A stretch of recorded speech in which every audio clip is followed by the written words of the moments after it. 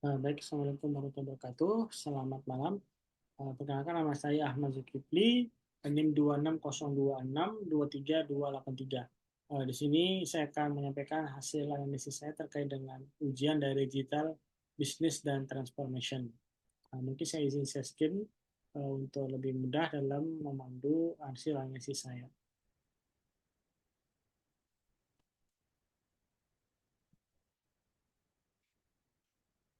Baik, sudah jalan.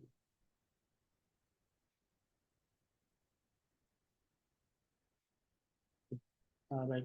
Jadi di sini untuk ujian di sini terdapat dua case study. Yang pertama itu adalah terkait dengan New Lipin by Mandiri sebagai financial support app Bank Mandiri. Kemudian yang kedua adalah supply chain management Kulala by BRI. Di sini untuk solusi ideal efisiensi bisnis. Mungkin kita mulai dari yang pertama, yaitu ya, case pertama itu New Lipin by Mandiri. Jadi untuk pengantar, mungkin kita akan bahas sedikit terkait dengan case study di sini. Jadi, Nilipin Mandiri adalah sebuah aplikasi keuangan digital yang dirancang untuk memberikan pengalaman perbankan dan yang komprehensif dan terintegrasi bagi nasabah. Di sini sebagian besar dari transformasi digital Bank Mandiri, aplikasi ini menawarkan berbagai layanan yang memudahkan nasabah dalam mengelola keuangan mereka. Di sini ada beberapa poin yang saya tandai untuk beberapa fitur unggulan untuk New Lipin by Mandiri. Di sini ada yang pertama adalah pembukaan rekening secara online. Jadi kemudahan akses dari nasabah dapat membuka rekening baru tanpa harus mengunjungi cabang bank itu sendiri. Jadi prosesnya dilakukan secara online dan pastinya akan menghemat waktu dan tenaga dari nasabah yang akan membuka rekening baru. Selain itu, ketika kita membuka rekening secara online, ini akan sudah terintegrasi dengan layanan lainnya. Jadi setelah kita membuka rekening, maka nasabah dapat mengakses berbagai layanan perbankan, termasuk dari tabungan, pinjaman, dan kartu kredit. Semuanya dalam satu aplikasi, yaitu Nilipin Bank Mandiri. Kemudian yang kedua adalah integrasi dengan e-wallet. Jadi pengelolaan saldo yang mudah di sini yang pertama itu nasabah dapat menghubungkan e-wallet mereka dengan New Livin, memungkinkan mereka untuk melihat saldo e-wallet mereka secara langsung. Jadi ketika kita sudah menghubungkan e-wallet kita dengan New Livin, maka kita langsung bisa melihat saldo dari e-wallet kita masing-masing tanpa harus kita membuka satu persatu dari aplikasi e-wallet itu. Kemudian pastinya akan ada kita gunakan untuk top up otomatis. Jadi fitur ini akan memungkinkan nasabah melakukan top up saldo e-wallet secara otomatis ketika kita sudah selesai menghubungkan dari e-wallet itu sendiri. Kemudian adanya kemudahan pembayaran e-commerce. Jadi pembayaran tanpa repot. Jadi maksudnya di sini adalah ketika kita melakukan pembayaran dari platform e-commerce, anggaplah seperti Tokopedia ataupun Shopee, ketika kita akan melakukan pembayaran pasti akan mendapatkan sebuah virtual account number. Jadi di sini di New Living by Mandiri kita tidak perlu mengcopy dari virtual account tersebut, nomor virtual account tersebut, tapi dari New Living akan langsung muncul, yaitu tombol berupa uh, keterangan terkait dengan adanya pembayaran dari virtual account itu sendiri. Misalkan ketika kita ingin membayar sebuah belanjaan kita di Tokopedia, maka ketika kita buka aplikasi Nulipin, maka akan muncul langsung bahwa ada transaksi kita di e-commerce untuk segera dilakukan pembayaran. Sehingga fitur ini akan pastinya menghemat waktu dan mengurangi kesalahan dari human error ketika kita menyalin dari nomor virtual account itu sendiri. Kemudian ada one stop payment solution. Jadi maksudnya di sini adalah jaringan partner yang luas. Jadi Nulipin ini sudah terhubung dengan 1.800 partner pembayaran, memberikan nasabah banyak pilihan untuk melakukan transaksi. Dan pastinya di sini sudah mendukung untuk pembayaran QR code atau mungkin kita biasanya dengan QRIS. Jadi nasabah bisa melakukan pembayaran dengan memindai QR code dari berbagai platform yang ada sehingga akan menjadikan transaksi itu lebih cepat dan praktis. Kemudian adanya dukungan Mandiri e-money. Jadi ketika kita memiliki sebuah e-money, kemudian kita ingin melakukan top up saldo atau mengecek saldo, jadi kita tidak harus login ke aplikasi Nilipin Mandiri, cukup membuka aplikasi, kemudian kita tempelkan kartu e-money kita, maka kita bisa melakukan untuk pengecekan saldo ataupun top up dari saldo e-money kita. Kemudian adanya fitur praktis lainnya seperti goal saving dan deposito. Di sini nasabah dapat membuka rekening gold saving dan deposito dengan mudah melalui aplikasi, kemudian juga ada pengajuan dan pinjaman kredit. Selain itu juga di Bank Mandiri sudah berkomitmen untuk terus berinovasi demi kelanjutan dari Nilipin Mandiri dengan adanya fitur-fitur baru yang inovatif dan visinya agile sesuai dengan kebutuhan nasabah yang terus berkembang. Dan pastinya pengalaman pengguna akan terus ditingkatkan dengan pengalaman yang lebih baik dan lebih efisien. Mungkin di sini saya simpulkan terkait dengan uh, inovasi dari Nilipin Bank Mandiri. Ini adalah sebuah langkah signifikan yang dalam transformasi digital perbankan di Indonesia. Dengan berbagai fitur yang memudahkan nasabah dalam mengelola keuangan, aplikasi ini tidak hanya menawarkan kemudahan dalam transaksi, tetapi juga memberikan pengalaman perbankan yang lebih terintegrasi dan efisien. Dari pembukaan rekening online hingga integrasi dengan e-wallet dan kemudian pembayaran e-commerce, Nilipin dirancang untuk memenuhi kebutuhan nasabah modern yang menginginkan praktisan dan efisiensi. Baik, kita akan masuk ke soal pertama, yaitu berdasarkan 5 domain dalam transformasi digital, lakukan analisis terkait dengan perubahan yang terjadi pada Nilipin Bank Mandiri di masa depan. Jadi yang pertama sih seperti yang kita ketahui bahwa 5 domain yang ada di transformasi digital itu ada pertama itu customer, kemudian ada persaingan, kemudian ada data, inovasi, dan value atau nilai. Mungkin kita yang pertama adalah customer. Jadi di masa depan, New Livin dapat memanfaatkan teknologi yang memberikan pengalaman yang lebih personal kepada nasabah. Dengan analisis perilaku pengguna, aplikasi dapat menawarkan produk dan layanan yang sesuai dengan kebutuhan dari individu atau nasabah itu sendiri. Seperti misalkan rekomendasi investasi atau penawaran pinjaman yang dapat disesuaikan dengan nasabah tersebut. Kemudian ada peningkatan dari interaksi. Dengan adanya fitur, misalkan di sini ada misalkan tuh chatbot dan layanan pelanggan berbasis AI, maka integrasi nasabah dengan aplikasi akan semakin mudah dan cepat. Nah, jadi nasabah dapat mendapatkan jawaban, misalnya kita bertanya itu langsung dijawab oleh chatbot itu atas pertanyaan mereka secara real time, sehingga akan meningkatkan kepuasan dari pelanggan. Kemudian edukasi keuangan, jadi Nilipin dapat mengembangkan program edukasi keuangan yang terintegrasi dalam aplikasi, sehingga membantu nasabah memahami produk keuangan dan cara pengelola keuangan mereka yang lebih baik. Kemudian persaingan, domain kedua adalah persaingan. Di sini peningkatan kompetisi dengan semakin banyaknya aplikasi keuangan dan fintech yang bermunculan, New Livin harus terus berinovasi untuk tetap bersaing. Hal ini termasuk menawarkan fitur-fitur unik yang tidak dimiliki oleh kompetitor lainnya. Kemudian kolaborasi dengan fintech untuk memperluas jangkauan dari layanan New Livin Mandiri dapat menjalin sebuah kemitraan dengan perusahaan fintech lainnya. Misalkan dengan kolaborasi ini dapat menciptakan sebuah ekosistem yang lebih luas dan memberikan nilai tambah bagi nasabah. Kemudian ada fokus pada pengalaman pengguna. Dalam menghadapi persaingan, fokus pada pengalaman pengguna yang intuitif dan mudah digunakan akan menjadi sebuah kunci. Dengan New Livin di sini harus terus memperbaharui antar muka pengguna dan memastikan aplikasi tetap responsif dan menarik. Kemudian domain ketiga adalah terkait dengan data. Jadi pengumpulan dan analisis data, Nilipin dapat memanfaatkan big data untuk memahami perilaku dari nasabah dan tren pasar. Dengan analisis data yang mendalam, Bank Mandiri dapat mengidentifikasi peluang baru dan mengoptimalkan penawaran produk. Kemudian terkait dengan data, maka kita akan berbicara tentang pentingnya dari keamanan data. Maka dengan meningkatnya penggunaan aplikasi keuangan, keamanan data akan menjadi perhatian utama. Di sini Nilipin harus meningkatkan sistem keamanan untuk melindungi informasi pribadi nasabah dan membangun percayaan bagi nasabah. Kemudian terkait dengan penggunaan data dan inovasi. Untuk inovasi.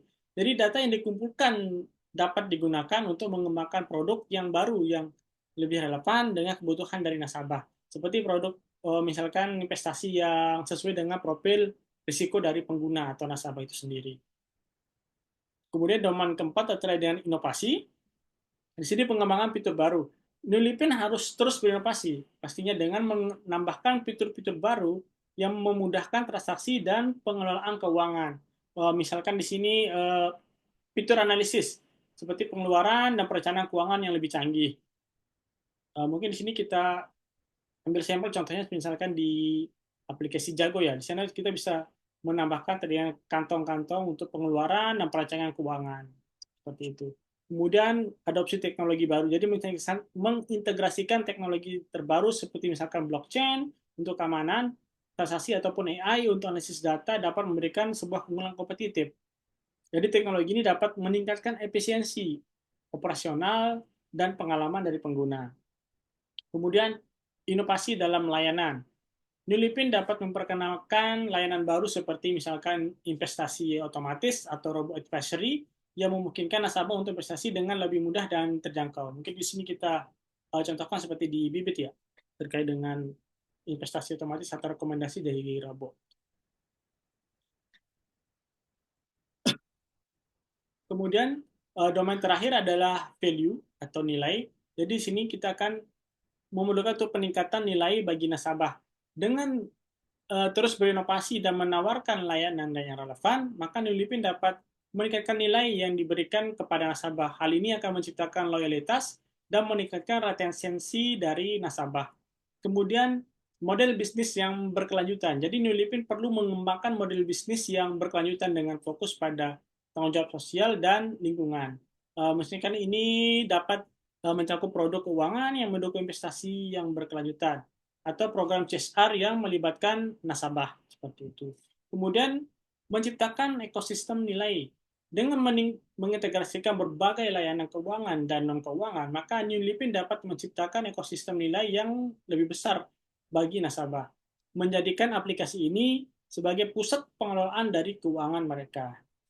Jadi mungkin sini saya bisa simpulkan terkait dengan 5 domain transformasi digital di New Living Mandiri.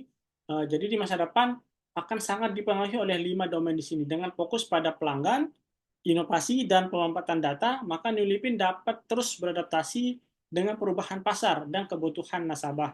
Dalam menghadapi persaingan yang semakin ketat, penting bagi New Living untuk tetap berinovasi dan memberikan nilai tambah yang signifikan bagi nasabah.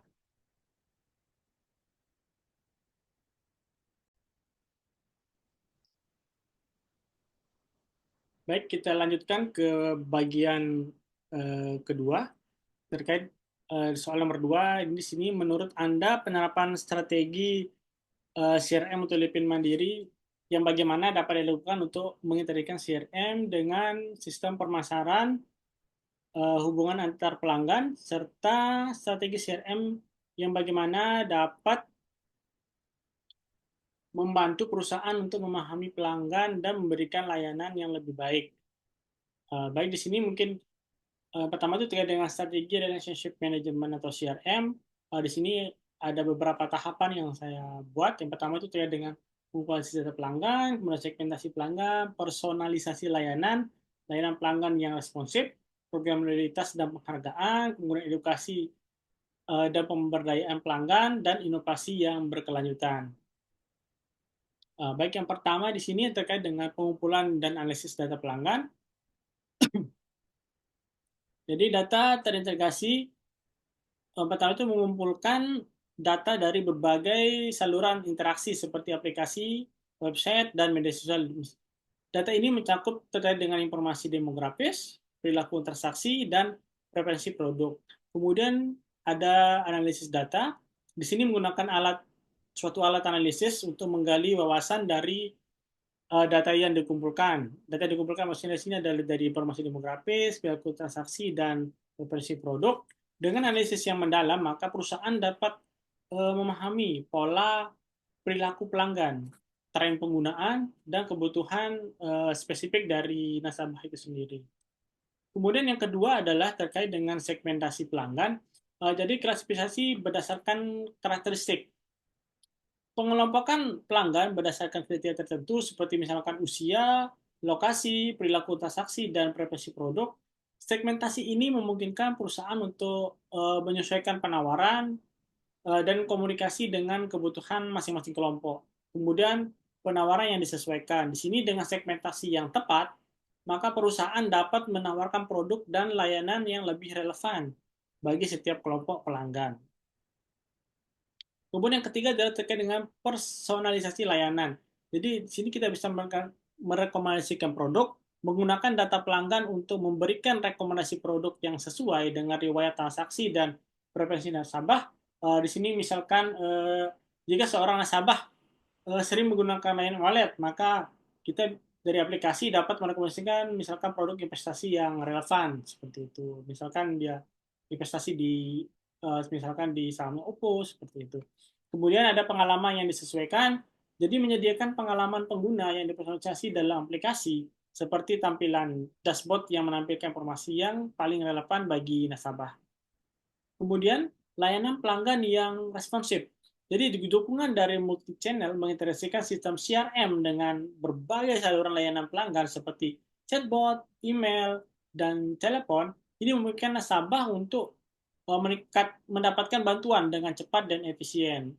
Jadi ketika nasabah mengalami kendala, maka dia kan secara responsif akan membalas terkait dengan hal tersebut. Misalkan kita menggunakan chatbot atau email ataupun telepon. Kemudian ada umpan balik yang real time. Jadi menggunakan sistem CRM untuk mengumpulkan umpan balik dari nasabah secara real time dengan mendengarkan suara pelanggan. Perusahaan dapat segera menangani masalah dan meningkatkan layanan. Kemudian program loyalitas dan penghargaan. Terkait dengan program penghargaan loyalitas, di sini akan mengembangkan sebuah program loyalitas yang memberikan penghargaan kepada nasabah yang sering menggunakan layanan. Misalkan ini dapat berupa misalkan diskon ataupun penawaran eksklusif ataupun poin yang bisa ditukarkan. Nah, di sini saya juga punya pengalaman terkait dengan New Eleven Mandiri. Ada kita bisa mengumpulkan poin dan nanti poinnya itu bisa kita tukarkan dengan berbagai hal, misalkan dari pulsa, listrik, ataupun barang, HP, hingga mobil bisa kita tukarkan di Nilipin Mandiri. Kemudian di sini kita bisa membangun hubungan yang jangka panjang. Jadi dengan memberikan nilai tambah kepada nasabah, perusahaan dapat membangun hubungan jangka panjang yang saling menguntungkan. Kemudian di sini ada edukasi dan pemberdayaan pelanggan. Di sini yang pertama itu terkait dengan konten edukasi. Jadi kita akan menyediakan sebuah konten edukatif yang membuat nasabah memahami produk dan layanan keuangan. Misalkan untuk konten di sini dapat berupa sebuah artikel ataupun video ataupun webinar yang menjelaskan cara penggunaan menggunakan produk dengan yang efektif. Kemudian alat perencanaan keuangan. Nah, di sini menawarkan alat atau fitur dalam aplikasi yang membantu nasabah merencanakan keuangan mereka seperti kalkulator pinjaman atau perencanaan anggaran. Kalau saya mungkin memiliki pengalaman ya terkait dengan perencanaan anggaran itu menggunakan Jago, jadi kita bisa membagi kantong-kantong itu misalkan kantong pengeluaran, income, ini untuk apa, seperti itu. Kemudian terakhir terkait dengan inovasi yang berkelanjutan. Jadi adaptasi terhadap kebutuhan pelanggan secara berkala meninjau dan memperbarui produk dan layanan berdasarkan umpan balik pelanggan dan analisis data. Ini untuk memastikan bahwa perusahaan tetap relevan dan memenuhi kebutuhan nasabah yang terus berubah. Kemudian ada pengembangan fitur baru, misalkan di sini kita menggunakan wawasan dari sistem CRM untuk mengembangkan fitur baru yang meningkatkan pengalaman pengguna dan memenuhi permintaan pasar. Nah, mungkin untuk fitur baru mungkin salah satunya seperti tadi ya untuk terkait kantong-kantong untuk merencanakan keuangan. Nah, itu mungkin belum saya lihat ya di New Living Mandiri. Sehingga jika kita simpulkan terkait dengan CRM di sini, maka dengan menerapkan strategi CRM yang tepat, maka New Living Mandiri dapat memahami pelanggan dengan lebih baik dan memberikan layanan yang lebih baik.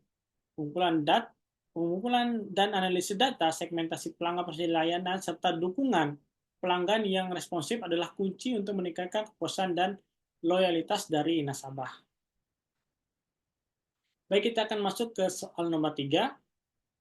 Jadi bagaimana strategi pemasaran media sosial untuk meningkatkan engagement dan loyalitas. Jadi strategi pemasaran media sosial yang efektif dapat menjadi alat yang sangat kuat untuk kita meningkatkan engagement dan loyalitas pelanggan Nilipin Bank Mandiri. Nah, mungkin di sini ada beberapa cara ya terkait dengan untuk meningkatkan engagement dan loyalitas dari pelanggan. Yang pertama itu terkait dengan penentuan tujuan yang jelas. Jadi kita harus memiliki tujuan yang jelas yang ingin kita capai. Mungkin kita bisa menerapkan terkait dengan KPI, Key Performance Indicator. Jadi sebelum kita memulai kampanye media sosial, jadi penting untuk menetapkan tujuan yang jelas, seperti meningkatkan jumlah pengikut, meningkatkan interaksi, misalkan like, share, dan komen, dan meningkatkan konversi dari media sosial ke aplikasi. Kemudian kita harus fokus pada engagement dan loyalitas. Jadi tujuan utamanya harus berfokus pada membangun hubungan yang lebih kuat dengan pelanggan dan meningkatkan loyalitas mereka terhadap merek. Kemudian yang kedua ada konten yang menarik dan relevan. Pembuatan konten edukasi, misalkan di sini kita membuat sebuah konten edukasi. Jadi di sini kita akan memberikan sebuah konten edukasi, ini akan memberikan sebuah nilai tambah kepada nasabah, seperti tips keuangan, panduan pengguna fitur New Livin, atau informasi tentang produk baru. Jadi konten edukatif di sini dapat meningkatkan kepercayaan dan keterlibatan dari nasabah. Kemudian kita harus sertakan untuk konten di sini dengan menggunakan misalkan gambar ataupun video ataupun infografis yang semenarik mungkin untuk menarik perhatian dari pengguna. Karena konten visual cenderung lebih mudah dibagikan dan dapat meningkatkan engagement. Kemudian pastinya kita butuh sebuah testimonial atau cerita sukses dari nasabah yang telah mendapatkan manfaat dari menggunakan Livin Bank ini mandiri. Jadi ini dapat membangun sebuah kepercayaan dan menunjukkan nilai nyata dari aplikasi. Kemudian yang ketiga adalah terkait dengan interaksi dan responsif. Nah, jadi tanggapan cepat ini akan terkait dengan komentar ataupun pertanyaan dan pesan dari pelanggan.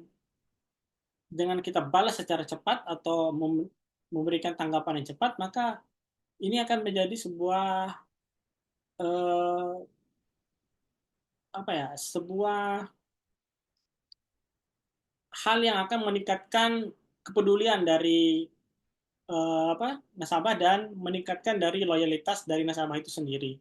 Kemudian kita tambahkan terkait dengan polling dan survei ya. Ini akan mendapatkan umpan balik dari nasabah. Ini tidak hanya meningkatkan interaksi, tetapi juga akan memberikan wawasan berharga tentang preferensi dari pelanggan itu sendiri. Kemudian keempat adalah penggunaan influencer dan brand ambassador.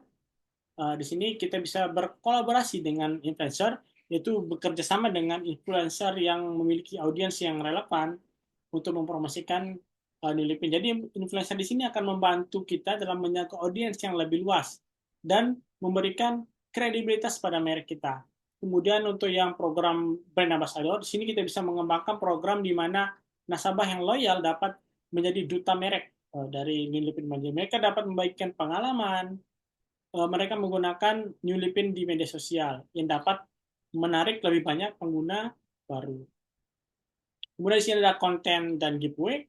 Di sini mungkin kita sudah bahas terkait dengan konten yang menarik ya. Di sini mungkin kita bahas terkait dengan giveaway.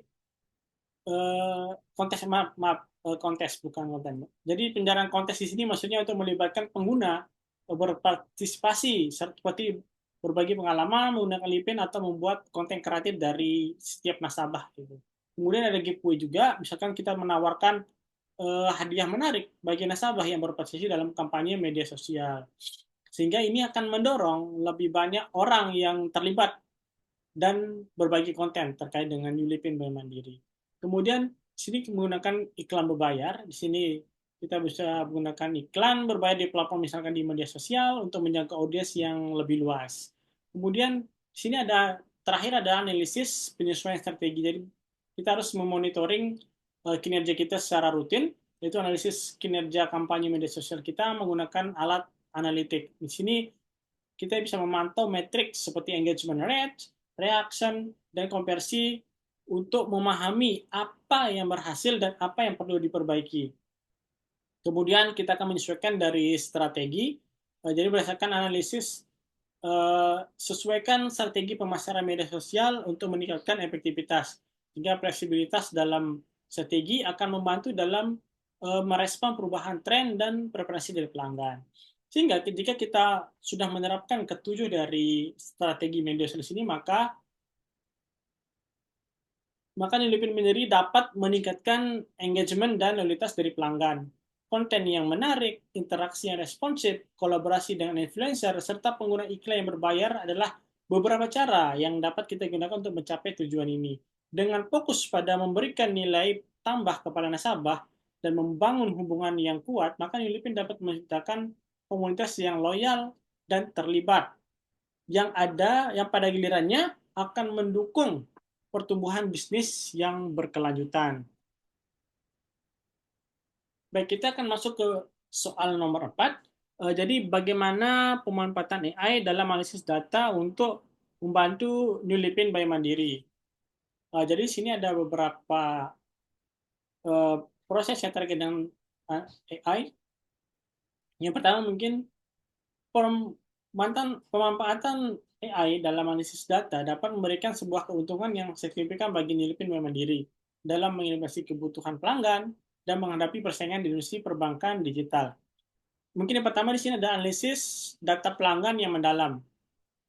Pengolahan data besar atau big data, di sini AI dapat menganalisis volume data yang sangat besar dari berbagai sumber, termasuk transaksi nasabah, interaksi di media sosial, dan umpan balik pelanggan.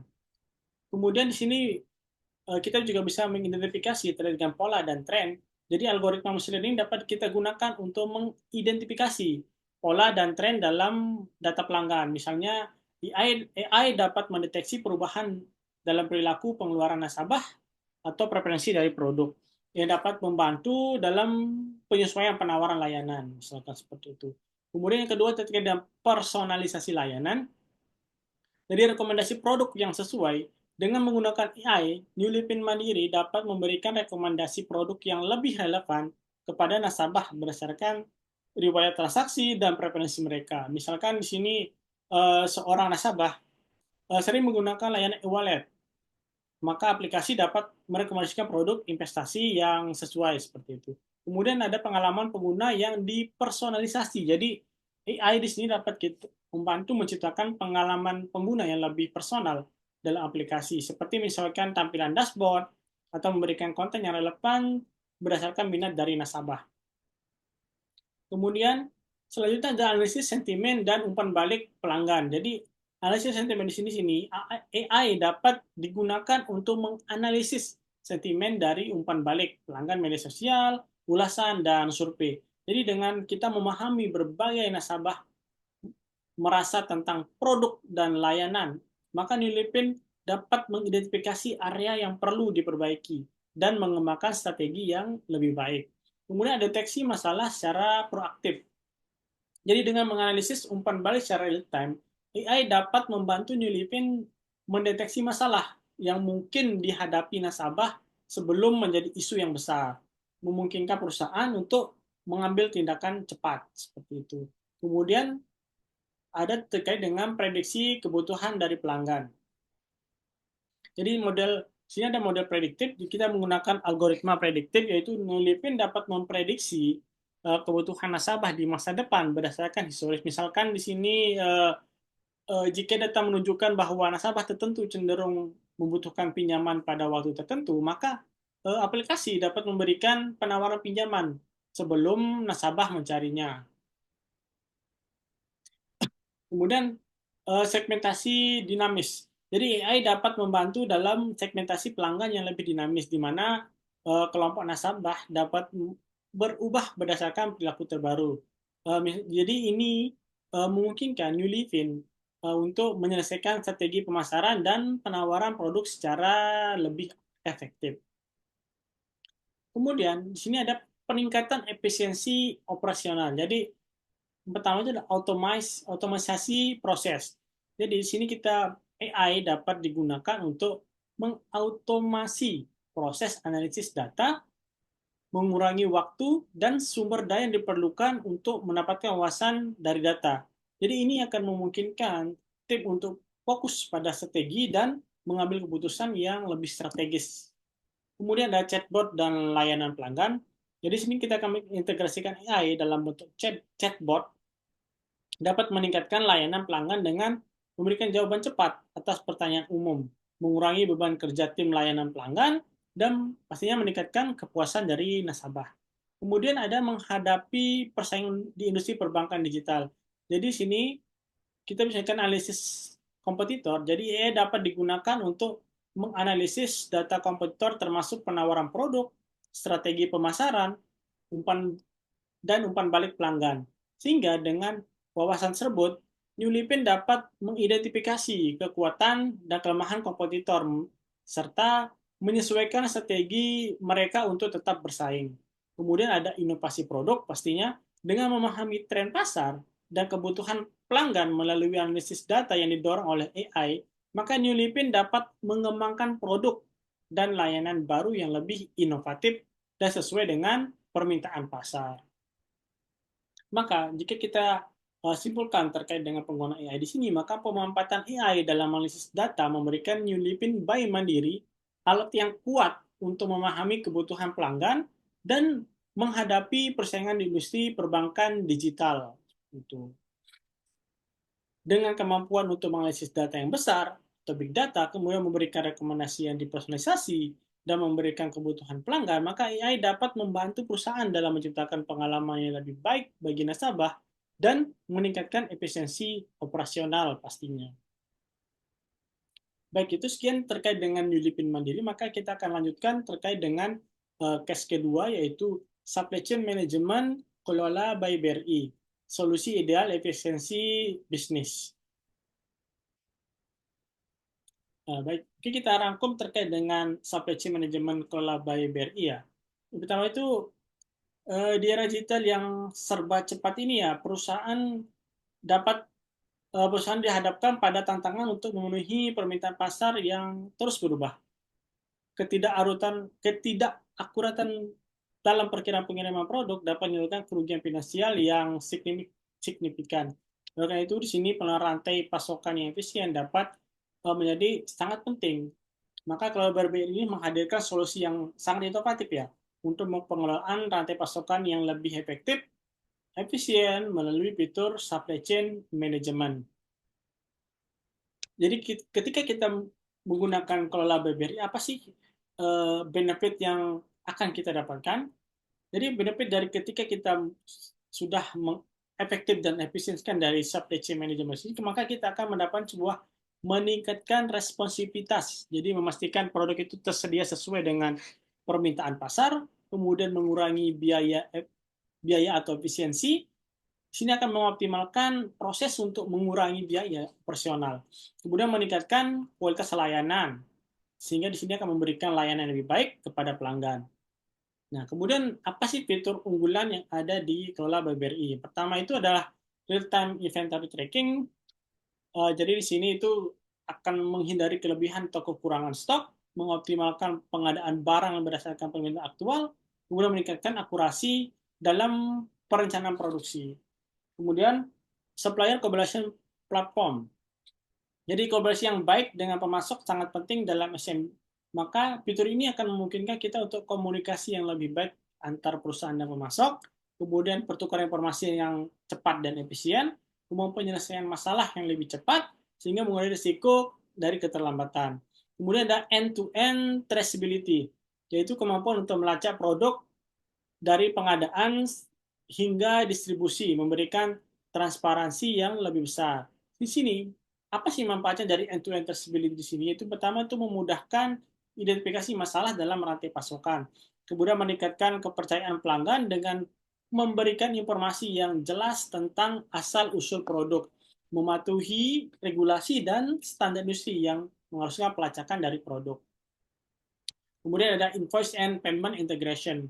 Jadi sini ini akan mempercepat proses pembayaran kepada pemasok, yaitu mengurangi kesalahan dalam pengelolaan tagihan. Kemudian jika kita simpulkan dari supply chain management kelola BRI di sini merupakan sebuah solusi ya sangat berharga bagi perusahaan yang ingin meningkatkan efisiensi, efektivitas, dan transparansi dalam pengelolaan rantai pasokan mereka. Dengan fitur-fitur yang canggih dan metode pembayaran fleksibel, perusahaan tidak hanya dapat mengurangi kerugian, tetapi juga mengubah tantangan menjadi sebuah peluang. Baik, mungkin kita akan masuk ke soal selanjutnya terkait dengan kelola by BRI, yaitu soal nomor 5. Di sini berdasarkan pada sistem supply chain kelola BRI, menurut Anda apakah sistem yang berjalan sudah tepat sasaran sesuai dengan sesuai dengan kebutuhan. Kemudian lakukan analisis terkait dengan performa dari supply chain yang berjalan berdasarkan dua kategori, itu responsiveness dan efisiensi. Baik, yang pertama terkait dengan responsiveness ya. Jadi dalam konteks supply chain ini mengacu pada kemampuan sistem untuk merespon perubahan permintaan pasar dan kebutuhan pelanggan dengan cepat dan efektif. Jadi yang pertama itu adalah terkait dengan real time inventory tracking ya. Di sini untuk kelebihan ini fitur ini memungkinkan untuk perusahaan untuk memantau persediaan secara langsung sehingga dapat segera menyesuaikan pengadaan barang sesuai dengan permintaan pasar. Dengan informasi yang akurat, maka perusahaan dapat menghindari kelebihan dan kekurangan pasokan. Mungkin kekurangan di sini ada responsiveness dapat terhambat jika data yang diperoleh tidak diintegrasikan dengan baik ke dalam sistem perencanaan dan pengambilannya. Kemudian yang kedua adalah terkait dengan responsiveness, yaitu supplier collaboration platform. Jadi kelebihan di sini untuk fitur ini adalah kolaborasi yang baik dengan pemasok, memungkinkan perusahaan untuk dapat mendapatkan informasi terkini mengenai ketersediaan bahan baku dan waktu pengiriman. Namun di sini jika komunikasi antar perusahaan dan pemasok tidak berjalan lancar, maka respon terhadap perubahan permintaan bisa terhambat. Itu adalah kekurangan dari fitur yang ada di sini. Kemudian ada end-to-end traceability. Untuk kelebihan sendiri, kemampuan ini untuk melacak produk dari pengadaan hingga distribusi memberikan transparansi yang lebih besar. Ini memungkinkan perusahaan untuk mengidentifikasi dan mengatasi masalah dengan cepat. Nah, namun untuk kekurangannya di sini itu jika sistem pelacakan tidak diimplementasikan dengan baik, maka informasi yang diperoleh mungkin tidak akurat yang dapat menghambat responsivitas. Maka untuk mungkin saya simpulkan terkait dengan responsivitas ini secara keseluruhan, sistem kolaborasi yang menunjukkan performa yang baik dalam hal responsivitas, terutama dengan fitur real-time tracking dan kolaborasi dan pemasok. Namun, pastinya ada tantangan dari kolaborasi itu dalam integrasi data dan komunikasi dapat mempengaruhi kecepatan respon terhadap perubahan permintaan. Kemudian yang kedua adalah terkait dengan efisiensi. Dalam supply chain management, di sini mengacu pada kemampuan sistem mengelola sumber daya secara optimal, yaitu untuk mengurangi biaya dan meningkatkan produktivitas. Nah, terkait dengan efisiensi, di sini ada beberapa bagian yang saya bahas. Yang pertama itu terkait dengan optimasi proses supply chain. Jadi, di sini untuk kelebihan dengan pemantauan dan analisis yang berkelanjutan, maka perusahaan dapat mengidentifikasi area yang perlu diperbaiki dan mengimplementasikan perubahan untuk meningkatkan efisiensi operasional. Maka ini akan membantu dalam mengurangi biaya produksi dan distribusi. Namun kekurangannya di sini itu adalah jika perusahaan tidak secara aktif melakukan analisis dan perbaikan, maka potensi efisiensi tidak akan bisa tercapai. Kemudian metode pembayaran yang fleksibel. Nah, di sini metode pembayaran fleksibel seperti SCF account payable atau account payable di sini memberikan fleksibilitas dalam pengelolaan arus kas. Jadi ini akan memungkinkan perusahaan untuk mengelola pembayaran dan penerimaan dengan lebih efisien. Namun kekurangannya di sini jika perusahaan tidak memakai metode secara optimal, mereka mungkin akan kehilangan kesempatan ya untuk meningkatkan efisiensi dari arus kas. Kemudian pengurangan biaya operasional di sini dengan pengelolaan rantai pasokan yang optimal, maka perusahaan dapat mengurangi biaya operasional secara keseluruhan. Jadi ini termasuk misalkan dari pengurangan biaya penyimpanan, pengadaan, dan distribusi. Namun kekurangan ini ada pastinya ada tantangan dalam implementasi sistem dan pelatihan karyawan. Dapat menghambat pencapaian dari efisiensi yang kita inginkan. Jika kita simpulkan dari terkait dengan efisiensi di sini, maka Global BI itu sudah menunjukkan performa yang baik dalam hal efisiensi, terutama melalui optimasi proses dan metode pembayaran yang fleksibel. Namun tantangannya itu pasti ada, yaitu dalam implementasi dan pemanfaatan sistem dapat mengaruhi pencapaian efisiensi yang maksimal. Di sini saya ada rekomendasi ya terkait dengan responsiveness dan efisiensi di sini. Pertama mungkin dari peningkatan integritas data, ini saya rangkum berdasarkan dari kekurangan yang saya sebutkan tadi.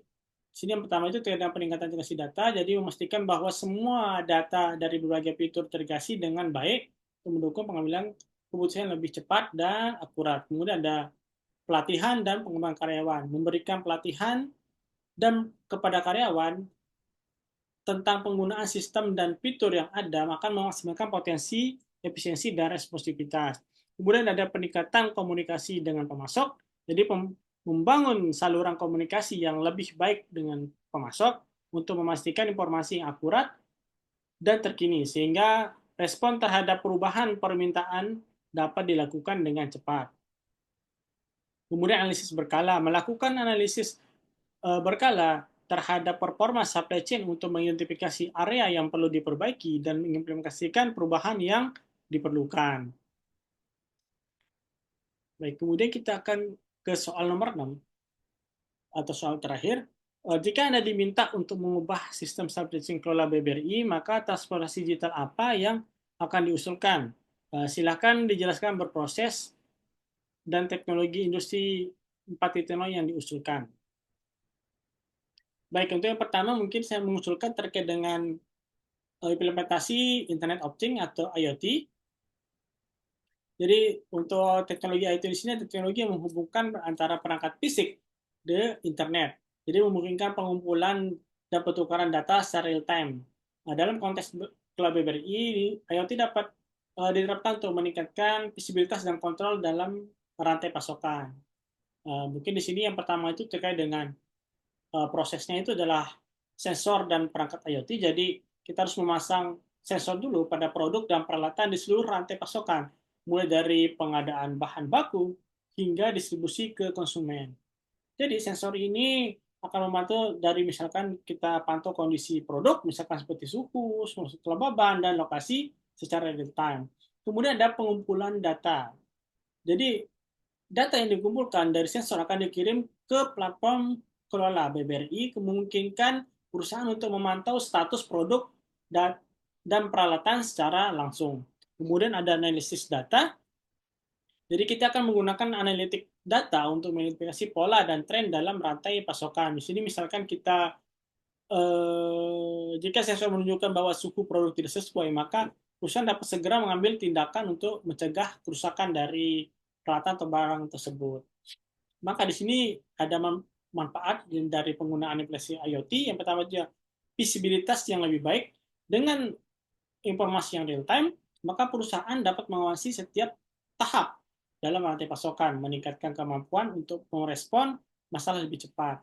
Kemudian ada pengurangan kerugian, jadi meminimalkan kerugian akibat kerusakan produk dengan memantau kondisi produk secara terus-menerus. Kemudian di sini kita akan mengusulkan terkait dengan penggunaan big data dan analitik. Jadi big data ini akan mengacu pada volume data yang besar yang dapat kita analisis untuk mendapatkan wawasan yang berharga. Di sini dalam SCM itu analitik dapat digunakan untuk meningkatkan pengambilan dari keputusan. Untuk prosesnya yang pertama adalah pengumpulan data pastinya.